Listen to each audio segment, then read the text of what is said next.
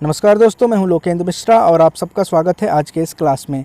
India China dispute के बारे में आज का ये लेक्चर होगा। जब मैंने भारत और नेपाल के बॉर्डर डिस्प्यूट के बारे में वीडियो बनाया था तो कई लोगों ने मैसेज किया कि इंडिया और चाइना के बीच में जो स्टैंड ऑफ है, बॉर्डर का जो डिस्प्यूट है, उसके ऊपर भी एक वीडियो बनाइए। अब सबसे अच्छा तरीका ये होता कि मैं शुरुआत करता भारत और चाइना के बीच में पंडित नेहरू के समय से क्या रिलेशन है और कैसे उस रिश्ते में खटास आई और आज करंट में क्या इशू है, इसके बारे में डिस्कस होता। लेकिन चूंकि वो एक काफ़ी लंबा वीडियो हो जाएगा, इसलिए आज मैं जो डिस्कस करने वाला हूँ वो सिर्फ और सिर्फ उस पर फोकस रहेगा कि लद्दाख में चाइना ने इंडिया की टेरिटरी में किस प्रकार से अपने ट्रूप्स को डिप्लॉय किया है और भारत और चाइना के बीच में वर्तमान में करंट टाइम में क्या इशू चल रहा है जम्मू कश्मीर के लद्दाख रीजन में। तो चलिए शुरुआत करते हैं आज के इस वीडियो की। और इसके पहले मैं बता दूं कि अगर आपने चैनल को सब्सक्राइब नहीं किया है तो चैनल को भी ज़रूर सब्सक्राइब कर लें। साथ ही साथ आप हमारे टेलीग्राम चैनल से भी, नीचे डिस्क्रिप्शन में आपको लिंक मिल जाएगा, वहाँ से आप टेलीग्राम चैनल से भी जुड़ जाएंगे। टेलीग्राम से जुड़ने का सबसे बड़ा फ़ायदा ये होगा कि आपको ये जितने भी लेक्चर्स होते हैं, इससे रिलेटेड जो पीडीएफ्स वगैरह हों वो सब आपको वहाँ पे मिल जाएगा। इसके साथ साथ हमारे आगे के कुछ प्लान्स होंगे वो भी आपको टेलीग्राम चैनल में बता दिया जाएगा। तो चलिए शुरुआत करते हैं भारत और चाइना के बीच में जो डिस्प्यूट है। सबसे पहले बात करते हैं बैकग्राउंड की। तो बैकग्राउंड यह है कि पूरी दुनिया इस समय कोरोना वायरस से जूझ रही है। अब कोरोना वायरस की जो शुरुआत है वो अगर आप देखेंगे डिटेल में तो आपको पता चलेगा कि वुहान चाइना में एक शहर है, वहाँ से कोरोना वायरस की शुरुआत हुई। अब कोरोना वायरस जैसे जैसे पूरे देश में फैल रहा है और एक WHO ने भी इसको घोषित कर दिया कि एक महामारी के रूप में, तो इसके चलते क्या हुआ कि चाइना के ऊपर एक दबाव बनने लगा, एक्स्ट्रा दबाव बनने लगा पूरे विश्व से। अब इससे आपने यूएस के स्टैंड को भी देखा होगा कि यूएस ने साफ तौर पे कहा है कि इस कोरोना वायरस के स्प्रेड के लिए, आउटब्रेक के लिए, इस वायरस के जो जिम्मेदार है वो है चीन। अब इसमें कई लोग कई तरह की बातें करते हैं। कई रिपोर्ट्स ऐसी भी आई कि ये जो वायरस है ये मैन मेड है और एक ये लेबोरेटरी में, वुहान के एक लेबोरेटरी में बनाया गया। अब पूरी दुनिया जब चाइना को इस वायरस के आउटब्रेक के लिए रिस्पॉन्सिबल मान रही है तो एक ये भी कारण है कि चाइना अपना ध्यान अब यहाँ से हटाकर टेरिटोरियल एक्सपेंशन, चूँकि चाइना का पहले से ही लक्ष्य रहा है और इसके जो पड़ोसी देश हैं उसको ये डिस्टर्ब करना चाहते हैं, जैसे कि इंडिया हो गया। अब जो कंपनीज़ हैं वो चाइना से उठ के इंडिया या फिर वियतनाम, जो भी इसकी नेबरिंग कंट्रीज़ हैं, वहाँ जाने की कोशिश में है। अब जैसे ही इसको पता चला कि अगर कोई कंपनी यहाँ से उठ करके अलग देशों में जाएगी तो इसका इकोनॉमिक स्टैंडर्ड जो है वो नीचे गिरेगा और साथ ही साथ इसकी जो इकोनॉमिक एक्टिविटी है, इसको इकोनॉमिक लॉस होगा। अब यहाँ पे आपको एक मैप दिख रहा होगा। मैं बात करने वाला हूँ अब लद्दाख इशू के बारे में। अब लद्दाख इशू क्या है कि बेसिकली इंडिया में अभी फ़िलहाल जो डिस्प्यूट चल रहा है भारत और चाइना का, वो इसी के चलते चल रहा है, लद्दाख इशू के चलते चल रहा है। सबसे पहले मैं आपको बता दूँ कि इंडिया की टेरिटरी में 3 किलोमीटर गालवान वैली में इस समय चाइना की जो ट्रूप्स हैं वो आ चुकी हैं। अब क्या है गालवान रीजन और इसके बारे में कुछ बातें हैं जो मैं आपको इसमें बताने वाला हूँ। देखिए, यहाँ आपको 3 लाइन दिख रही होगी जिसमें एक ब्लू कलर की है, एक रेड कलर की है और एक आपको ऑरेंज कलर की दिख रही होगी। ब्लू कलर से राइट साइड में जो इलाका है, जो एरिया है, उसको हम कहते हैं अक्साई चीन। अक्साई चीन भारत और चाइना के बीच में एक डिस्प्यूटेड टेरिटरी है। ये पूरा का पूरा जम्मू कश्मीर इंडिया का ही पार्ट है। इससे इंडिया कभी भी अपने इस स्टैंड से हटा नहीं है। लेकिन फ़िलहाल में दिक्कत यह है कि जो अक्साई चीन का इलाका है ये चाइना के कब्जे में है। जो आपको ब्लू कलर के बाद रेड कलर की लाइन दिख रही है, ये रेड कलर की लाइन को इंडिया मानता है कि ये वाली जो लाइन है ये actual line of actual control है, जिसको हम LAL लिखते हैं, लाइन ऑफ एक्चुअल कंट्रोल, इसको फुल फॉर्म हम इसका बोलते हैं। अब जो आपको ऑरेंज कलर की लाइन दिख रही है, इस ऑरेंज कलर की लाइन को चाइना बोलता है कि ये लाइन वास्तव में LAC है। अब कुल मिलाकर जो डिस्प्यूट है वो इसी रेड लाइन और ऑरेंज लाइन के बीच का जो इलाका है, इसको लेकर डिस्प्यूट है। डिस्प्यूट इस तरह से है कि जो चाइनीज़ ट्रूप्स हैं वो इसके बीच में आ गई हैं, यानी कि रेड लाइन को क्रॉस करके और ऑरेंज वाले रीजन में, ऑरेंज और रेड के बीच में जो आपको रीजन दिख रहा है, इस रीजन में फ़िलहाल के लिए चाइनीज़ ट्रूप्स आ गई हैं। इसको हम कहते हैं, यहाँ पे एक और इशू है, वो है पेंगोंग लेक का इशू। तो पेंगोंग लेक के बारे में हम अगली स्लाइड में जब समझेंगे तब पूरी तरह से आपको क्लियर होगा कि अभी पेंगोंग लेक का भी इशू था। चाइना न सिर्फ इस इलाके को बल्कि अरुणाचल प्रदेश और सिक्किम के टेरिटरीज़ को भी अपना बताता चला आया है समय के साथ साथ। तो चलिए मैं एक बार फिर से आपको दिखाता हूँ ये शेड करके। ये जो शेडेड रीजन, आपको जो रेड कलर से शेडेड रीजन दिख रहा है, वास्तव में ये रेड और ऑरेंज के बीच का जो रीजन है, इस रीजन में फ़िलहाल चाइनीज़ ट्रूप्स जो हैं वो इंडिया के अंदर आ गई हैं। लगभग 3 किलोमीटर का जो एरिया है। अब इसी के चलते जो करंट डिस्प्यूट है वो इसी शेडेड एरिया के चलते आपको देखने को मिल रहा है। गालवान वैली में ही ये रीजन है, ये आपको अच्छी तरह से पता है। तो ये सारा खेल क्यों हो रहा है, ये सारी बातें आपको अब समझ में आ गई होंगी। गालवान वैली के अलावा जो मैंने पेंगोंग लेक के बारे में बताया, पेंगोंग लेक आपको दिख रहा होगा। अब चलिए मैं शुरुआत करता हूँ। देखिए पेंगोंग लेक अगली स्लाइड में आपको क्लियरली समझ में आएगा कि आखिर क्या इशू है पेंगोंग लेक के साथ। तो यहाँ पे आपको एक मैप दिख रहा होगा, एक तरफ आपको पेंगोंग लेक दिख रहा होगा, कितना सुंदर सा एक आपको फिगर दिख रहा है, लेक का एक चित्र दिख रहा होगा। इसके बगल में जो मैंने बनाया है ये है पेंगोंग लेक। अब इसमें क्या है, ये देखिए पूरा यहाँ से लेकर और यहाँ तक ये पूरा का पूरा पेंगोंग लेक है।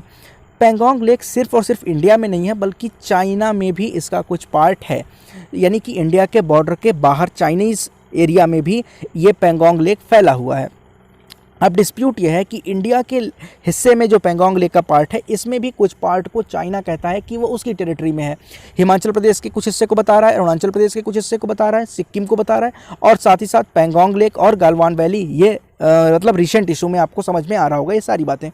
तो खैर आगे बढ़ते हैं। अब देखिए यहाँ पे क्या है कि पेंगोंग लेक चूँकि इंडिया और चाइना दोनों में है, इसलिए अभी इसमें डिस्प्यूट क्या है ये सारी बातें आपको समझ में आएंगी। एक वीडियो में बनाऊंगा अलग से जिसमें हम डिस्कस करेंगे कि इंडिया और चाइना का रिलेशन आज़ादी के बाद पंडित नेहरू के टाइम से कैसा था। चलिए अब इस स्लाइड में आपको दिख रहा होगा पूरा का पूरा पेंगोंग लेक। तो देखिए यहाँ से पेंगोंग लेक यहाँ से इस पॉइंट से शुरू होता है और यहाँ पे आके ख़त्म होता है, ठीक है। बीच में आपको ये एक जो बॉर्डर दिख रहा है, ये देखिए यहाँ से लेकर और ये आगे तक ये चाइना और इंडिया का बॉर्डर है, जम्मू कश्मीर वाला अक्साई चीन वाला इलाका, ठीक है। ये आपको चाइना होगा इधर और इस साइड आपको मैंने बताया कि ये इंडिया था। अब इंडिया और चाइना के बीच में ये लेक बह रही है। ये आपको यहाँ पे प्रोजेक्शन दिख रहा होगा इस लेक में, देखिए मैं आपको दिखाता हूँ। ये यहाँ से लेकर और यहाँ तक इसके बीच में आपको प्रोजेक्शंस दिख रहे होंगे। बेसिकली इसको हम फिंगर एरिया बोलते हैं। क्या बोलते हैं इसको बोलते हैं हम फिंगर एरिया।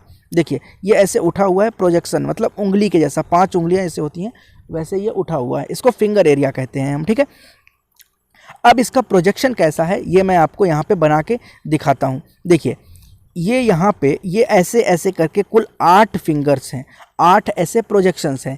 इसी को लेकर डिस्प्यूट है कि इसमें से कितने प्रोजेक्शन तक इंडिया की टेरिटरी है और कितने प्रोजेक्शन तक चाइना की टेरिटरी है। आप देखिएगा कारगिल वार जब हुआ था तब इससे रिलेटेड डिस्प्यूट हुआ था। जैसे ही कारगिल वार हुआ इंडिया और पाकिस्तान के बीच में, तो चाइना ने फिंगर नंबर 4 के पास एक रोड बना दिया। अब चूंकि भारत और पाकिस्तान आपस में एक दूसरे से लड़ रहे थे, इसके बीच के टाइम का फ़ायदा उठाकर चाइना ने फिंगर नंबर 4 पे एक रोड बनाया। ये रोड जो है ये मोटर चलने वाली रोड है, जिसमें मोटर व्हीकल चले, मोटरेबल रोड्स हैं। अब गाड़ियां इस पे चल सकती हैं आसानी के साथ। ये चौथे नंबर फिंगर जो है यहाँ पे चाइना ने बना लिया इस रोड को। सेकंड नंबर फिंगर जो है ये यहाँ पे इंडिया ने रोड बनाने का प्लान किया था, तो इंडिया का रोड से रिलेटेड जो इशू है वो है सेकंड पॉइंट से, सेकंड फिंगर से, ठीक है। अब डिस्प्यूट यहाँ पे यह है कि जो फिफ्थ फिंगर 5वां, यहाँ से लेकर डिस्प्यूट है कि इसके आगे का इलाका कौन सा चाइना का है और कौन सा इंडिया का है। चूँकि चाइना इंडिया की टेरिटरी में जो फिंगर पॉइंट है उसको भी अपना हिस्सा बताता आ रहा है, इसी के चलते कुल डिस्प्यूट आपको देखने को पेंगोंग लेक का मिलता है। अब पेंगोंग लेक का इशू कुछ समय पहले का है, उसके बाद ये इशू शुरू हुआ गालवान वैली वाली, ठीक है। अब चाइना इसको क्लेम कर रहा था, सिर्फ पेंगोंग लेक को ही अभी ये क्लेम कर रहा है, नहीं है, ऐसा नहीं है। बाद में मैंने पहले भी बता चुका हूं मैं कि अरुणाचल प्रदेश और सिक्किम वाले इलाके पर भी ये अपना टेरिटोरियल एक्सपेंशन करता रहता है। अब हम बात करें कि आखिर कारण क्या है इस स्टैंड ऑफ का। ये जो आर्मीज आमने सामने है, जो ट्रूप्स चाइना ने डिप्लॉय किया है, अंदर तक अभी इंडिया में चाइनीज़ ट्रूप्स आ चुकी हैं, ठीक है। ये क्लियर है आपको। अब देखिए इसके जो कारण है वो हम डिस्कस करते हैं। सबसे बड़ा क्वेश्चन ये है कि आखिर क्यों ऐसा हुआ। अब इसके कारण, इसका जो सबसे मेन रीज़न है वो है डिमार्केशन। अभी तक इंडिया और चाइना के बीच में बॉर्डर का डिमार्केशन नहीं किया गया है। प्रोटोकॉल्स हालांकि 2005 और 2013 में कुछ प्रोटोकॉल्स बनाए गए, लेकिन जो LAC है, जिसको हम बोलते हैं लाइन ऑफ एक्चुअल कंट्रोल, इसका कोई ऐसा नहीं बनाया गया। जैसे ये लाइन आपको दिख रही है, ऐसा नहीं है कि इसके इधर चाइना होगा और इसके इधर इंडिया होगा, ठीक है। अगर ऐसा होता तब तो कोई डिस्प्यूट होता ही नहीं। लेकिन अब आपके मन में ये प्रश्न आ रहा होगा कि अगर कोई लाइन ऐसा एक्चुअल डिसाइडेड नहीं है इंडिया और चाइना के बीच में, तो कैसे वहाँ पे जो आर्मीज़ हैं वो कैसे डिसाइड करती हैं कि कौन सा एरिया इंडिया का है, कौन सा एरिया चाइना का है। तो इसके लिए मैपिंग तो हुई नहीं है। मैपिंग की जब भी बात होती है तो चाइना क्या करता है, तुरंत इसका विरोध करता है। वो कहता है कि जैसे ही मैपिंग करेंगे वैसे ही हमारे और भी जो बॉर्डर डिस्प्यूट्स हैं उसमें कॉम्प्लेक्सिटी आ जाएगी। मतलब बिल्कुल ये बहानेबाजी है, इसमें इसका कोई मतलब नहीं बनता है। चाइना जो बोल रहा है इसका कोई मतलब नहीं बनता है। फिर भी जो अभी इशू है हम उसके बारे में चलिए डिस्कस करते हैं। 2005 और 13 में प्रोटोकॉल्स बनाए गए, डिसाइड किया गया कि यहाँ से यहाँ तक आप रहिएगा, यहाँ से यहाँ तक हम रहेंगे। लेकिन ये सारी बातें चाइना कभी भी मानता नहीं है। वो समय समय पर टेरिटोरियल एक्सपेंशन, चूँकि उसका नेचर रहा है, इसलिए ये सारी चीज़ें होती हैं। अब सेना जो है वहाँ पे आर्मी जो है वो इंडिया की आर्मी भी है और चाइना की आर्मी भी है। इन दोनों के आर्मीज़ के बीच के म्यूचुअल अंडरस्टैंडिंग के चलते इंडियन आर्मी और चाइनीज़ आर्मी, इनके म्यूचुअल अंडरस्टैंडिंग की वजह से वहाँ पे जो आर्मीज़ होती हैं वो खड़ी होती हैं, ठीक है। लेकिन ये आर्मी अगर खड़ी भी वहाँ पे हो रही है तो म्यूचुअल अंडरस्टैंडिंग की वजह से हो रही है, तो ये जब तक डिमार्क नहीं होगा तब तक ये इशू ऐसे ही चलता रहेगा। आपने अभी हाल ही में देखा होगा नेपाल का भी एक मैप का इशू आया था, ठीक है। यहाँ पे देखिए, इसके इधर ये जो आपको लाइन है, इधर एक साइड में चाइना हो जाएगा और एक साइड में इंडिया हो जाएगा। ये आर्मी की म्यूचुअल अंडरस्टैंडिंग से हो रही है। वहाँ पे दोनों की आर्मीज आपस में जो अधिकारी हैं वो बात करके ऐसा एक बना लिए हैं अपने हिसाब से। लेकिन जब तक ये ऑफिशियल डिमार्केशन नहीं होता है तब तक ये सारी इशूज़ चलती रहेंगी। अब मैंने आपको बताया एक दो रीज़न ये हो गए, इसके अलावा कोरोना वायरस का रीज़न मैंने बताया। इसके अलावा अभी आपको मैंने पिछले वीडियो में बताया था कि नेपाल ने एक नया मैप जारी किया है अपने देश का, और उसमें भारत के कुछ हिस्से को, लिपुलेख और कालापानी को, लिम्पियाधुरा को अपनी टेरिटरी बताया है नेपाल ने। उसका नया मैप जो रिलीज़ हुआ है, अब इस इशू को भी, नेपाल वाले इशू को आप चाइना के इशू के साथ जोड़ कर देख सकते हैं कि कैसे ज़रूर कहीं ना कहीं चाइना ने नेपाल को पिंचअप किया होगा कि तुम ऐसा कुछ करो। तो ये सारी इश्यूज़ आपको अभी देखने को मिल रहे हैं। ये रीजन है स्टैंड ऑफ के भारत और चाइना के बीच में।